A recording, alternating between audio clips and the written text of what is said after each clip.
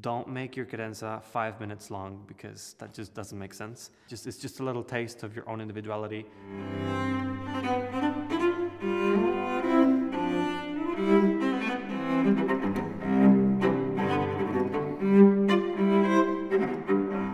All right, so we've reached the cadenza, and here there's a plethora of choices you could make here. You could write your own, which is what I personally did, what I like to do. Or you could, there's nothing wrong in playing someone else's cadenza. It's totally fine. It's whatever you like. If you feel confident enough to write your own, come up with your own, do it. Since it's me who's talking to you, of course I'm gonna tell you kind of what I would look for.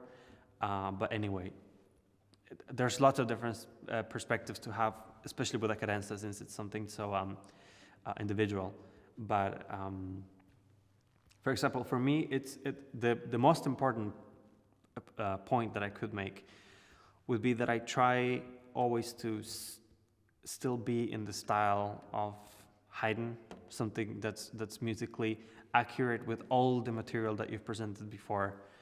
Just because it, for me, it doesn't make too much sense coming up to the cadenza. You've been playing this Haydn Concerto for I don't know how long, maybe 6 or 7 minutes, where it takes that long to get there. I think I don't remember, but for a bit of time, you haven't been. You're not just starting with this brand new, and if you start playing something completely, drastically different, I feel like it just kind of breaks apart from the piece, even if it's something that's based on the material. If it's something, for example, too like abstract or modern, or with a genre that is completely super, that has nothing to do with the music of Haydn, I think it could be a little bit distracting, and then it feels the cadenza more, at least in my point of view, it makes it feel more like a novelty rather than your own musical kind of exploration and commentary on the material that you've been playing for a little while now. So again, that would be maybe my most important point is for me is to be a kind of truthful as much as you can to the style of Haydn, or classical music in the classical period, for that matter. Of course, there is room for individuality and stuff. I mean, that's what a cadenza should be a little bit, but I think it also needs to make sense with the piece as a whole. So anyway, if you agree, I'm glad. If you don't, that's also completely fine. And anyway, I feel like cadenzas kind of are meant to sound like you are a little bit kind of improvising on the material that you've just been presenting to the people, in all the, all these motifs and stuff that make up the first movement. I feel like it's just a play on that, a bit kind of like recycling the material, but in your own way. And you can take a few liberties here and there. I certainly did. So I'm gonna maybe just walk you through the cadenza that I wrote, and maybe that will give you an idea for to write your own, or to stick to what you have, or whatever you want.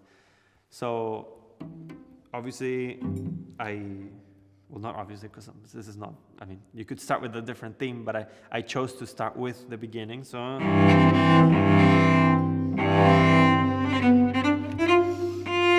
And when I start, I don't play the bottom C, because I think it's more appropriate for a cadenza to just start like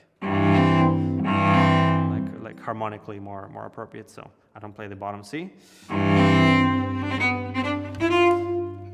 And then the next section, it's basically a play on the theme that we've heard multiple times already.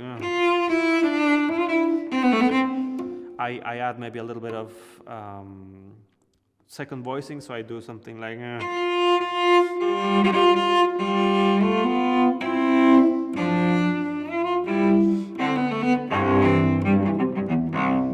something kind of like that, where you're still doing the theme, but you're adding something else to it.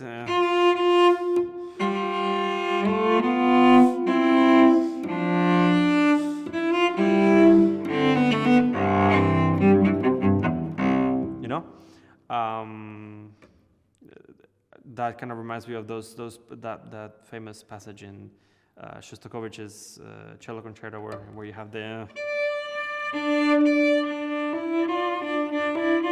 all that terribly difficult double stop passage in the cadenza of that concerto. So it's kind of like it's kind of thought of in a way of from that, but not quite.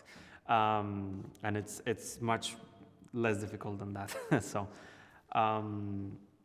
yeah. Anyway, just to play on something different on the theme. And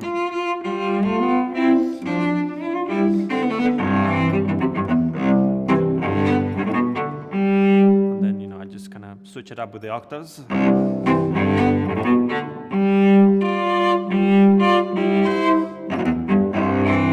just a little bit of variety, a little bit of freedom. Playing with the registers and stuff. And then back in the main theme, a little bit of an ornament.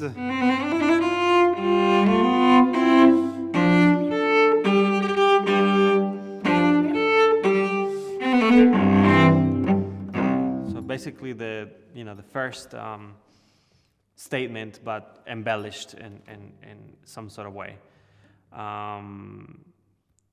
Then I take the theme of that the orchestra plays, which is the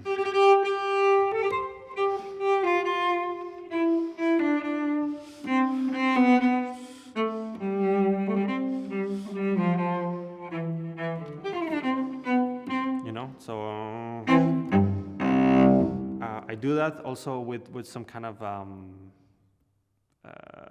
counterpoint, not counterpoint, but like different voices, yeah.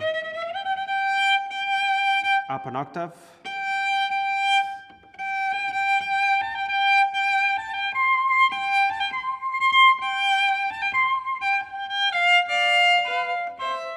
So you're playing also the accompaniment, the accompaniment.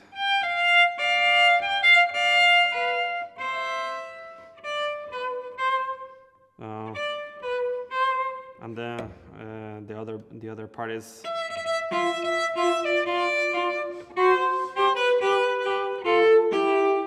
So it's kind of like putting the orchestra tutti into just a single instrument, kind of, and kind of just playing around with that.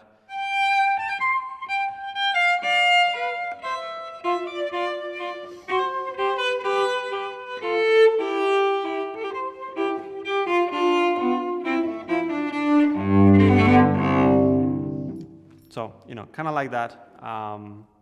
Again, playing on the orchestra theme, because you not only have to use what you have, you could borrow from the orchestra, have a look at the score, have a listen. If there's something that catches your ear or something, feel free to use it, like I just did. So, and then I connect to a place that's much later in the concerto.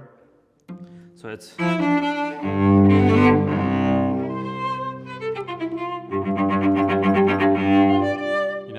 That jump section that we talked about near the end of the first movement. And also, again, playing with the octaves, playing with the registers. I think that's always a very kind of easy thing to do, and it's always a very effective thing to do. Also to keep things with variety and to not just play the same thing.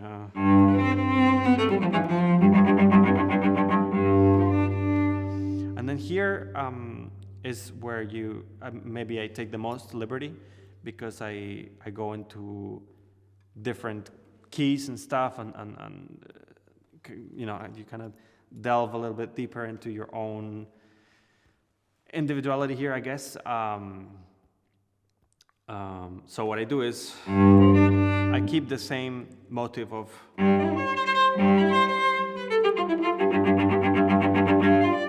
that. So when I'm back here,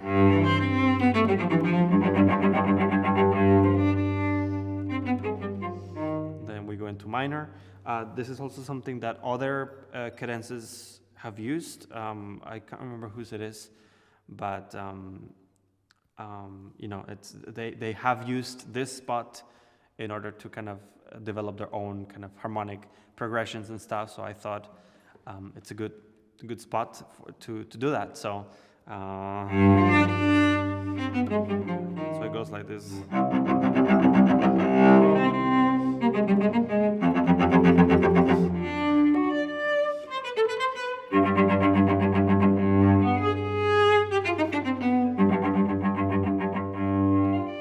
I'm back. You know, so it's just a little detour, nothing too crazy, but very charming. I feel like it works really well, and then it takes you back to familiar territory. Now with this, and then here, you know, a cadenza also is supposed to be just a little bit virtuoso and stuff. So then I start with the runs. You know, those runs in the first movement, and then kind of my own variation on it. So I do something like an arpeggio,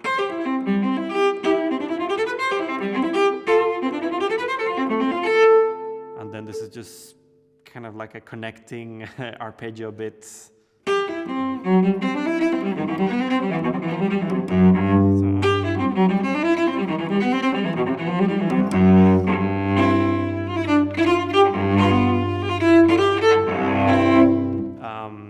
Again, comes back to the original theme in a distorted sort of way, different notes, but the same thing.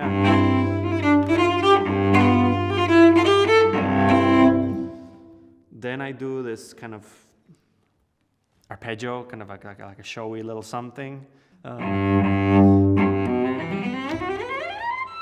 Something like that. So the notes I use are